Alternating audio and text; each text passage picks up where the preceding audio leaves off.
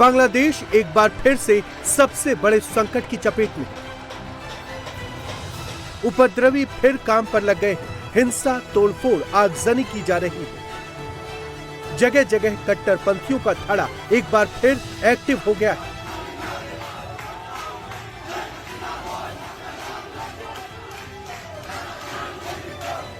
गलियों के अंदर आगजनी हो रही है। उपद्रवी गाड़ियों को फूंक रहे हैं, तांडव मचा रहे हैं और प्रशासन मूक दर्शक बना हुआ है। ढाका से लेकर बांग्लादेश के कई शहरों को जलाया जा रहा है। बांग्लादेश की राजधानी ढाका में एक के बाद एक कई धमाकों से पूरा शहर जल रहा है। सड़कों पर उपद्रवियों का दस्ता घूम रहा है। 15 महीने के भीतर हिंसा और उपद्रव की दूसरी बड़ी घटनाओं ने पूरे देश को झकझोर दिया है। पूरे बांग्लादेश में इस वक्त हाई अलर्ट जारी है। प्रदर्शनकारियों को देखते हुए शूट एट साइट का आदेश दिया गया है। ढाका में 2 बसों समेत कई गाड़ियों को फूंक दिया गया है, जिसके चलते आम लोग डरे सहमे हैं। ढाका में एक पुलिस स्टेशन कैंपस में खड़ी बसों और कचरा डंपिंग स्थल को निशाना बनाकर आगजनी की गई। देर रात तक कई इलाकों में देसी बम भी फटे। कई संवेदनशील इलाकों में धमाके और आगजनी से प्रशासन टेंशन में है। लोगों को एडवाइजरी जारी की गई है कि जब तक हालात सामान्य नहीं होते, लोग घरों से बाहर ना निकलें।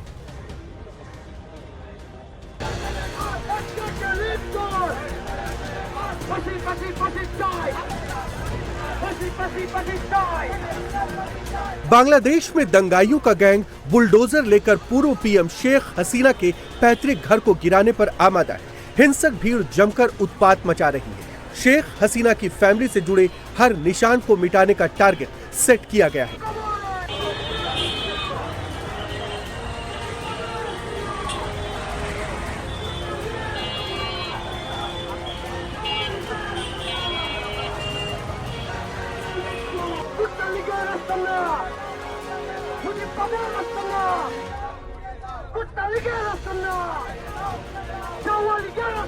अगस्त 2024 में भी कुछ ऐसा ही मंजर सामने आया था।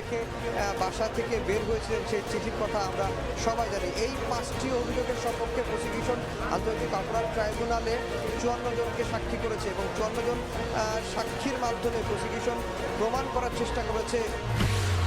जब एक सुनियोजित प्लानिंग के तहत बांग्लादेश में तख्ता पलट हुआ था। 5 अगस्त 2024 को दंगाइयों की भीड़ ने अटैक किया। शेख हसीना को सत्ता छोड़नी पड़ी थी, देश से बाहर निकलना पड़ा था। दंगाइयों ने जमकर लूटपाट की थी। पीएम आवास से सामान लूटकर भागे थे। ढाका समेत देश के कई बड़े शहर हिंसा की आग में जल उठे। उसके बाद मोहम्मद यूनुस ने अंतरिम पीएम के तौर पर कार्यभार संभाला और सरकार में कट्टरपंथियों की जमात का रोल बढ़ गया। शेख हसीना के जाने के 3 महीने के बाद दंगाइयों की जमात फिर एक्टिव हुई और बांग्लादेश में अल्पसंख्यकों को टारगेट करके अटैक होने लगे। खासकर बांग्लादेश में हिंदुओं पर अत्याचार के मामले सामने आए, जिसके बाद भारत सरकार ने इंटरनेशनल लेवल पर कड़ा विरोध दर्ज करवाया। अब एक बार फिर बांग्लादेश में दंगाई जमात तांडव मचा रही है।